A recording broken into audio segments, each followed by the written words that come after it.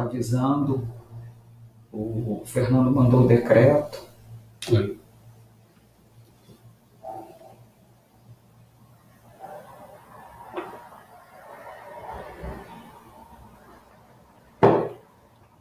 Agora avisou, notificou. Não entendo nada, cara.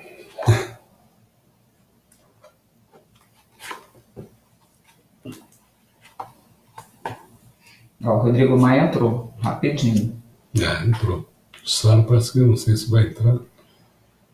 Vamos aprendendo aí o que está acontecendo. Entrou eu e o Rodrigo Maia. O João e a Jussara ainda não entraram. Então, não, tem 4 pessoas, então eles devem estar. Vai embora, toca. Vergonha danada isso aí. Bom. Começa a aparecer coisas aqui que eu nem tenho ideia que seja. Tudo bem. Bom, vamos falar então de Tales de Mileto, né? Vamos saber um pouquinho de Tales de Mileto. Embora saibamos que Tales nasceu e viveu em Mileto, né, claro, na costa da atual Turquia, muito pouco se conhece sobre sua vida. Nenhum de seus textos, se é que deixou algum, sobreviveu.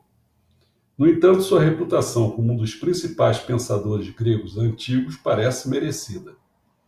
Há referências a ele em Aristóteles e em Diógenes Laércio, o biógrafo do século III dos antigos filósofos gregos. Rumores sugerem que, além de ser filósofo, Tales envolveu-se ativamente na política e era um homem de negócios bem-sucedido. Especula-se que viajou bastante pelo Mediterrâneo Oriental, em visita ao Egito, teria aprendido a geometria prática, que se tornaria a base do seu raciocínio dedutivo.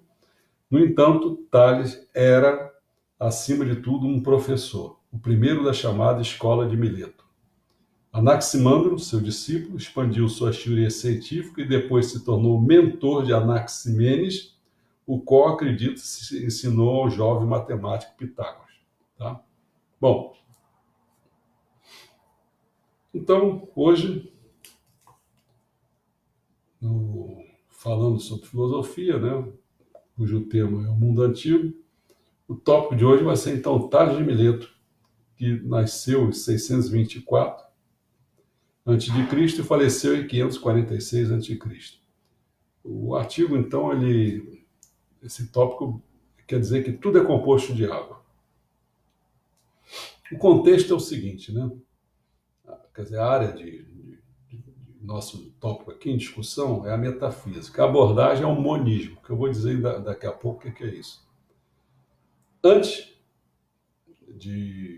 dessa data que Tales nasceu e morreu, né? Antes nós tivemos, em 2500 a 900 a.C., a civilização minoica em Creta e a posterior civilização micênica na Grécia dependiam da religião para explicar fenômenos físicos. Em 1100 a.C., o mito da criação babilônico, que Numa Elis descreve o estado original do mundo como uma massa aquosa. Quer dizer, se Tales fala que tudo é composto de água, mas aqui já está falando. O estado original do mundo foi em 1100 a.C., né? Você vê, Tales nasceu em 624, uns 500 anos mais ou menos antes. 700 a.C., a Teogonia do poeta grego Hesíodo narra como os deuses criaram o universo. Bom, depois, quando Tales faleceu, né, no início do século V a.C., Empédocles propõe os 4 elementos básicos do cosmos, sendo terra, água, ar e fogo. Né? 400 a.C., Leucipo e Demócrito conclui que o cosmos é constituído de átomo e espaço vazio. Bom, mas aí é bem mais tarde, vai ter uma ideia do elemento básico, né? Seria composto, seria o átomo, né? Dentro de um espaço vazio. Mas na época do Tales, o Tales disse que tudo era composto de água. E nós vamos dizer por que razão, né? Bom, a ideia é a seguinte, né? A busca dele é qual é a matéria-prima básica do cosmos. Então ele achava que devia de ser, tinha 4 pontos para ser investigado. Qual era essa matéria? Primeiro, algo a partir do qual tudo possa ser formado, essencial à vida, capaz de se mover, capaz de mudar. Então, para ele só podia ser a água, de trás para frente, né? Capaz de mudar. A água muda, né? Estado sólido, líquido, gasoso, capaz de se mover, essencial à vida, né? Algo a partir do qual tudo possa ser formado. Tudo bem? Bom, o Tales teve uma coisa interessante, porque a partir da observação, Tales deduziu que condições específicas de tempo e não súplica aos deuses, hein? Daí que ele deu a guinada que não era para explicada através da religião. Ele observando, ele chegou a uma ideia de que como é que se levaria uma boa colheita. Ele verificou quando seria isso. Quando ele verificou como seria, então ele começou a prever uma autoprodução que ia acontecer, já que ia melhorar a colheita naquela ocasião. Então ele comprou as moendas de azeitonas da região. E aí, quando começou a ter as colheitas, ele começou a obter um grande lucro, né? Depois começou até a alugar as moendas e tal, para satisfazer a demanda crescente. Bom, então estou mostrando assim como o Tales deu um corte na religião, levou vantagem, né? Bom, durante o período arcaico, que é meados do século oitavo até sexto a.C., os povos da Península Grega, né, gradualmente estabeleceram um grupo de cidades-estados, né, e desenvolveram um sistema de escrita alfabético, bem como os primórdios do que hoje é reconhecido como filosofia ocidental. As civilizações anteriores se valiam da religião para explicar os fenômenos do mundo ao seu redor, não é assim? Agora, uma nova estirpe de pensadores surgiu e tentaram encontrar explicações naturais e racionais. Deu um corte. Por isso que às vezes as pessoas entendem que ele teria sido o criador da filosofia, porque saiu da religião, entrou nesse campo racional e tal. Mas a minha ideia, já expliquei lá em Filosofia e Messias, né? E realmente Aristóteles, que é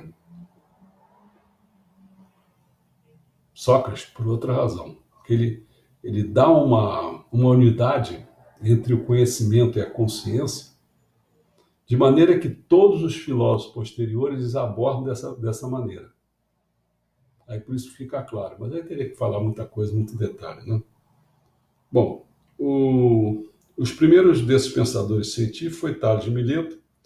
Nada sobreviveu dos seus textos, mas sabemos que ele tinha bom domínio de geometria, astronomia e atribui-se a ele a previsão de um eclipse total do Sol em 585 a.C. Essa maneira prática de pensar levou a acreditar que os acontecimentos no mundo não se deviam a intervenções sobrenaturais, mas tinham causas naturais que a razão e a observação revelariam. Então, o problema então tá a gente descobrir que substância fundamental é essa, né?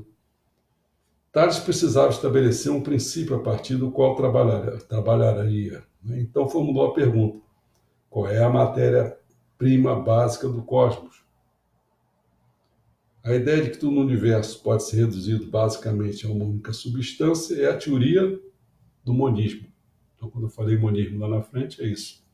Essa teoria que, basicamente, que tudo é reduzido a uma única substância. Tá? Bom, então eles acabaram propondo a água por aqueles motivos que eu dei anteriormente. Né? Tales também percebeu que toda a massa de terra parece chegar ao fim à beira da água.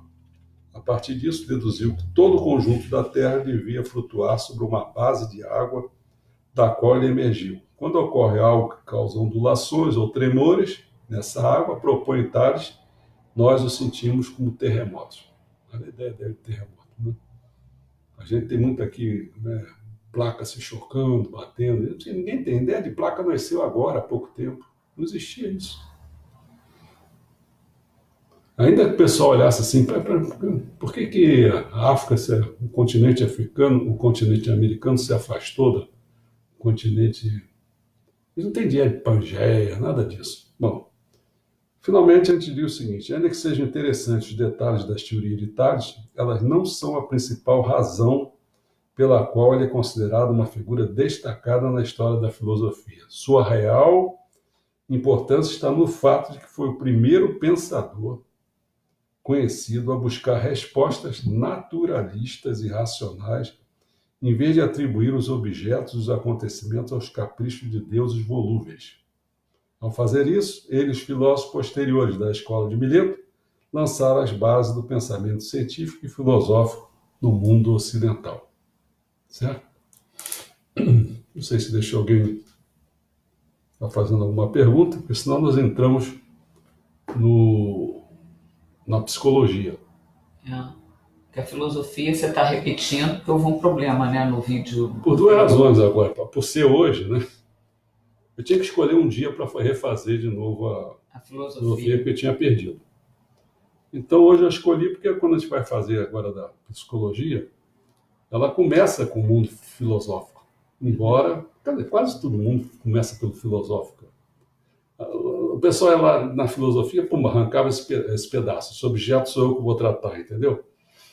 É isso que aconteceu. Né? E também, em particular, com a psicologia. Né? Bom, vou desligar e parece que o pessoal já está mais atento aí. Como é que Não, o Facebook está dando chance da gente resolver, que ninguém sabe como é que se explica. Ninguém sabe, o Facebook não atrapalha não.